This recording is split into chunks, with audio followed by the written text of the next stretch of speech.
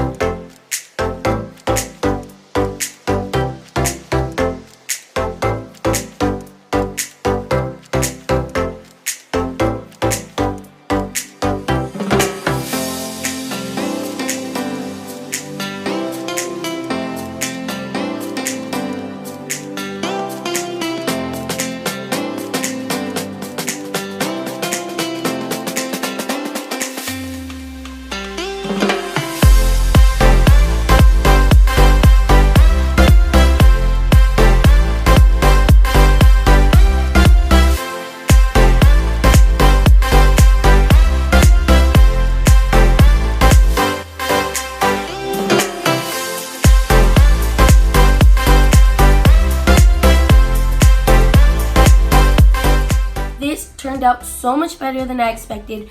Thumbs up this video if you want to see more trends. If you watch to the end of this video, comment down in the comment section down below the keyword flower. And I'll see you guys in the next trend. Bye! I wanna hear you sing it. Hey, mama, don't stress your mind. We come